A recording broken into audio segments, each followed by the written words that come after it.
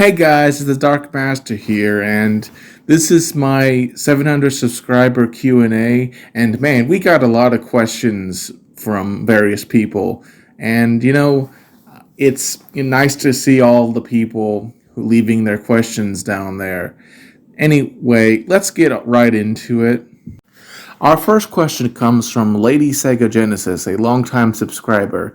They say, "Hello, I guess only one question this time. What is your thoughts on DeltaRune and Undertale? They are both awesome games and some of my favorites." So I've never, really played either of those games, so I don't really have an opinion on them per se. But they have some good pixel art, so yeah, and the creator seems to be a pretty chill guy, so yeah. Those are my thoughts on those two games that I sadly haven't played yet. Charlie Ove Flynn Z6H asks, "Who do you think win in a fight? Ninjas, Ghost Ninja Yokai, or Wario from Mario?" I have to admit, I kind of felt like I had a stroke while reading that.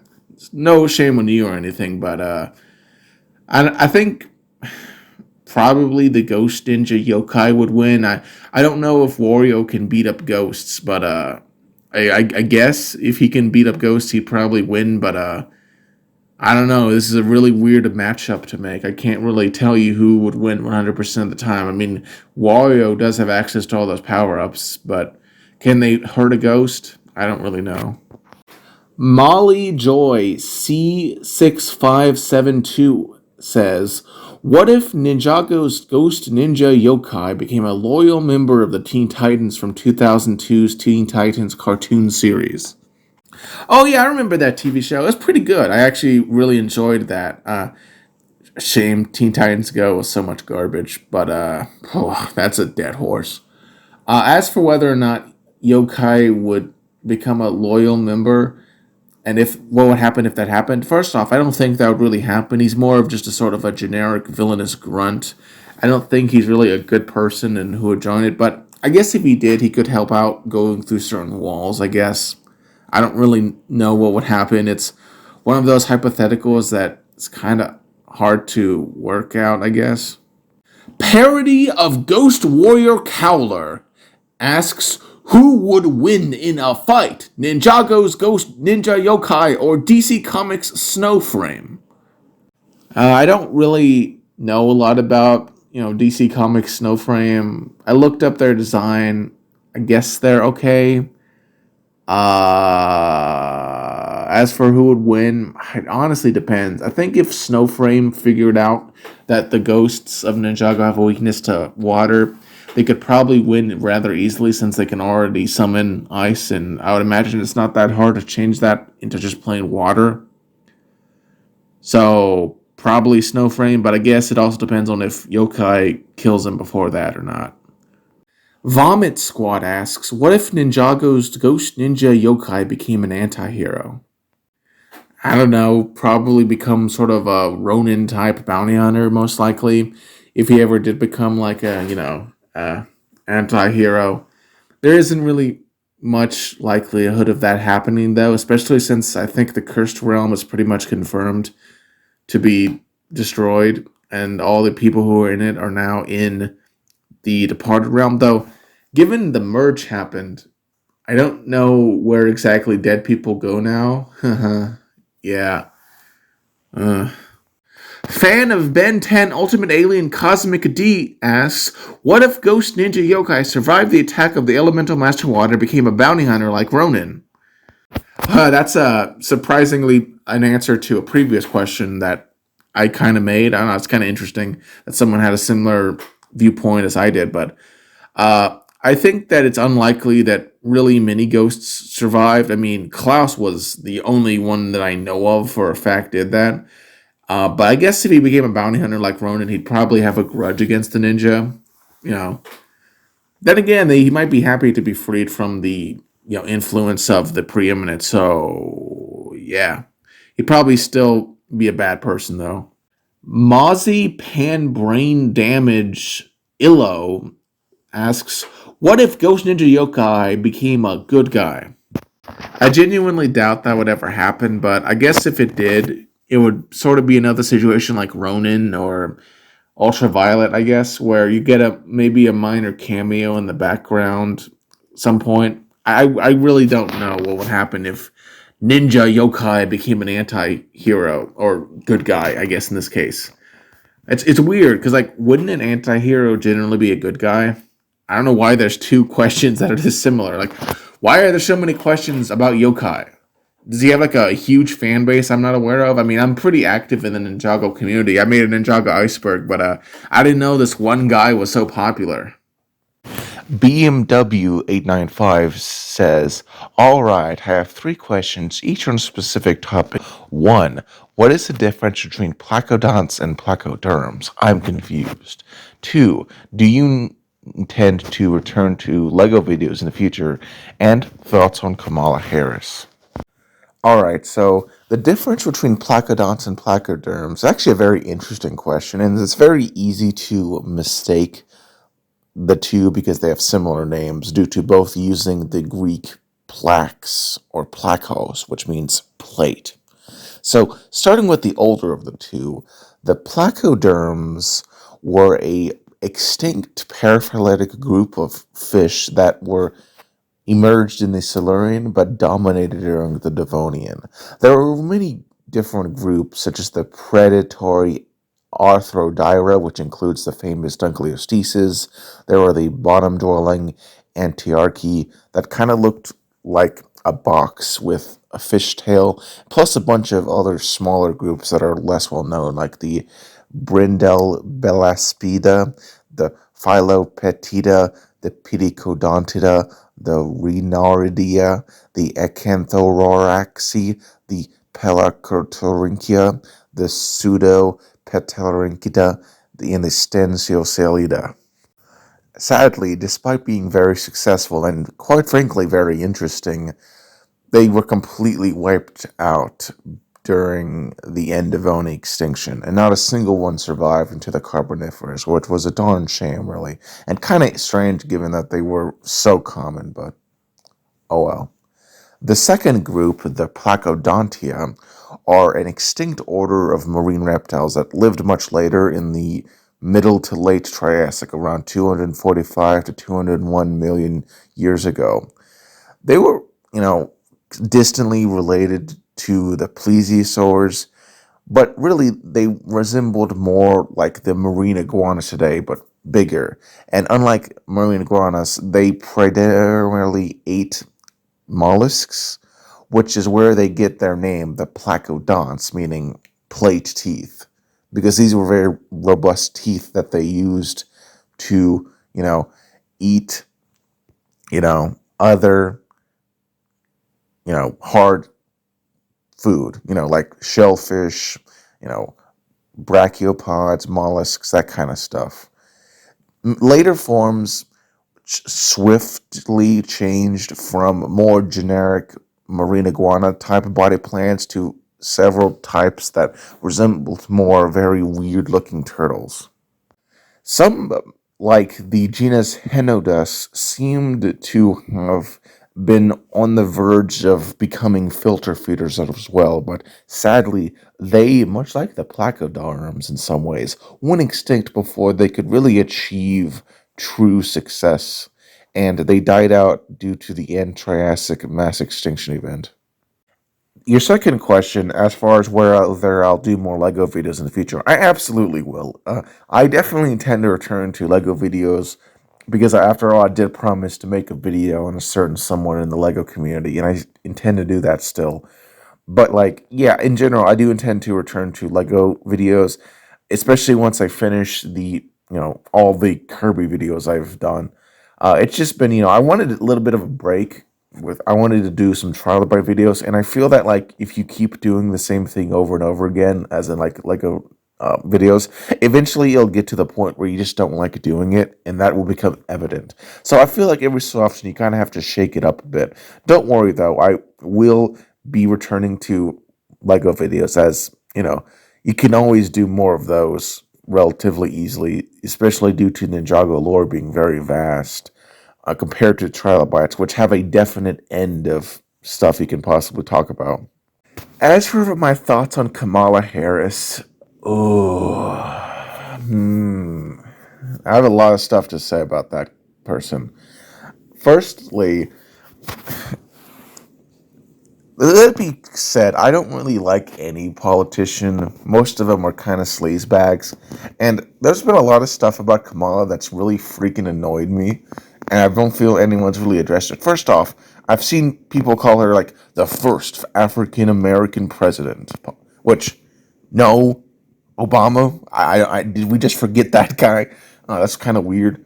Also, another, I guess she's fine, but there are several things she said that, and other people who defend her have said that really annoy me. First off, there's a lot of people, like Shabisky or whatever, be like, oh, these Republicans are racist for calling her an affirmative action hire or a DEI hire, and it's like, no, that's a fact. Joe Biden literally admitted that he wanted to hire her based on her gender and race.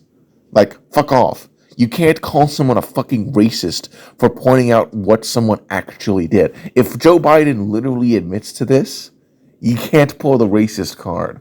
Fuck off. She is an affirmative action hire. That's not even getting into the fact that Joe Biden decided to step down and have her take his place, which means she literally wasn't elected in any meaningful way. So, I mean, my mom voted for Joe Biden, not Kamala Harris. So I'm gonna tell her she's not getting her vote. Also, her vice president pick, Timothy James Walls, him and like a lot of Kamala Harris supporters have said some really weird stuff. First off, speaking of weird, I've noticed this trend of a bunch of people on the far left trying to call Republicans weird, which honestly doesn't make any sense or really stick for me. I mean, come on, dude. You guys have people who cut their genitals off and put on dresses because they think they're a woman. I think you completely lost the ability to call anyone weird when you have people like that in your voting base. That's not even getting into all like the like stuff with like critical race theory, all the weird like sex ed stuff some people have been doing. Like, I don't know, like all leftists all about like normalizing the abnormal, all about like embracing the most degenerate stuff in the world. I'm sorry, but like if you look like this, you don't get to call anyone a freaking weirdo. Also, specifically back on Tim Walz, that guy is a complete piece of garbage and a very weird individual. I hate to use their own logic against them, but he claimed that, Republicans should mind their own damn business, even though this guy, as the governor of Minnesota, set up a snitch line for people to call out local businesses and report them for not following COVID restrictions. It's like, you weren't really okay with people minding their business then, but suddenly people need to mind their business. What a joke. Like, seriously, you can't complain about people not minding their own business when they talk about a trans person who is openly marching down the frickin' street, but then at the same breath be like, yeah, man, report businesses to me, the governor, if they, break any COVID restrictions. It just doesn't make any sense. And by the way, I'm not even like an anti-vax or anything. I think people should get vaccinated. I think it should be a choice. But still, it's like kind of weird. Oh, also, he made some weird statements about free speech, about how uh, you know that like it's not really all that good. I, as a libertarian, that disgusts me. It means I'm not voting for Harris on that fact alone. But also, he's like said some other stuff about how Republicans are anti-American, and it's always kind of funny when I see left-wingers say that. These are the same people who think our country is a fundamentally racist colonizer nation. I really don't think that if you have that view, or that you believe that the U.S. needs to be reformed into some weird communist utopia. I, I just also he supports gun background checks, which is absolutely no, that's stupid. As someone who believes in gun rights, that's also dumb. So, nah, I'm sorry to all the Harris fanboys. Anyone who acts like you're a sexist or a racist or a bigot for opposing anything that those people stand for, and that you have to vote for Harris, otherwise you're a bigot. Just fuck off, honestly. Uh, if I could give any advice to my subscribers, don't be bullied into voting for someone you don't agree with by other people. Just vote who you think will be the best. I'm not voting for Harris or Trump, so it doesn't really matter though. I live in Mississippi, so we all know what state is gonna vote for. So yeah, those are my thoughts. Sorry for getting a little political, but when you're being asked a question about a you know, major candidate, it becomes inevitably that. But let us end this, Q&A with a series of questions from none other than the amazingly awesome YouTube creator known simply as Alex the Critic. Alex the Critic says, "Congrats on hitting 700 subscribers, dude. Since you want non and Ninjago related questions, I'll throw in two. Number one, if you were trying to get someone who's a fan of the Kirby games to watch the anime, Kirby Right Back at Ya, how would you pitch the show to them? What is a non-Kirby topic besides Trilobite that you're heavily interested in? Here's hoping you get to 1K soon, or 1,000 soon, as some people would say it." Why, thank you for the questions, Alex. So I want to just say, like, if you ever want to ask me a Ninjago related question, don't feel like you have to censor yourself. The only reason I said that is because everyone was asking about the ghost Ninja Yokai for some reason, which isn't even a very interesting Ninjago character. Uh, but as for if I was trying to get someone who's a fan of the Kirby games to watch the anime, what I would say is that the Kirby Right Back at Ya anime perfectly captures the feeling of a Kirby game. It's, really light, very, sort of easygoing. Sure, there are some episodes that are particularly dark, but that's just like how, every single Kirby game has a, you know, very weird final boss. It's actually super creepy. I would say that there's also a ton of episodes you can go through. So there's always something for you there if you're a Kirby fan. Though you have to keep in mind this wasn't made by Masahiro Sakurai, and as such, he didn't really put in a lot of references to the games that weren't made by him, like Kirby's Dream Land 2, Kirby's Dream Land 3, and Kirby 64. So you're not going to get any references to like dark matter. But if you can understand that, then I think you will genuinely enjoy this anime. As for your next question on what is a non-Kirby topic besides trilobites that I'm heavily invested in, I really just love nature in general. I definitely hope once I finish my, Kirby videos to just double down on nature documentaries after I do the video series on the drunken peasants, which I still have to do. But after that, I definitely hope to go straight forward into nature documentaries because that's something I'm very interested in. And aside from trilobites, there's so many other groups, both living and extinct, I'd like to talk about. I also want to do a video series where I visit all of the counties in my home state of Mississippi. That'll be really neat. So yeah, that's sort of my plans for what I'll do in the future. Um, Hopefully that answers your question, and who knows, maybe you'll be interested in it. I know you've like made cameos in like some other people's videos, so if you ever want to do that, I'm sure we can work something out. Yeah, go subscribe to Alex. He's a pretty cool small YouTuber that you should definitely subscribe to. He makes some really good videos on a variety of topics. And I want to end this with Silver Fox 1232, who leaves a question that says Poggle. Poggle indeed, Silver Fox. That's not really a question, but I figure I should read it anyway.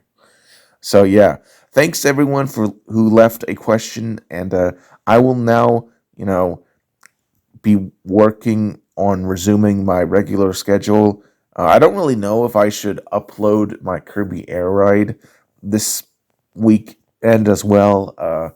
If you think I should, leave a comment down below. But yeah, anyway, I'm the Dark Master. If you like this video, like it, but if you'd love to consider liking and subscribing.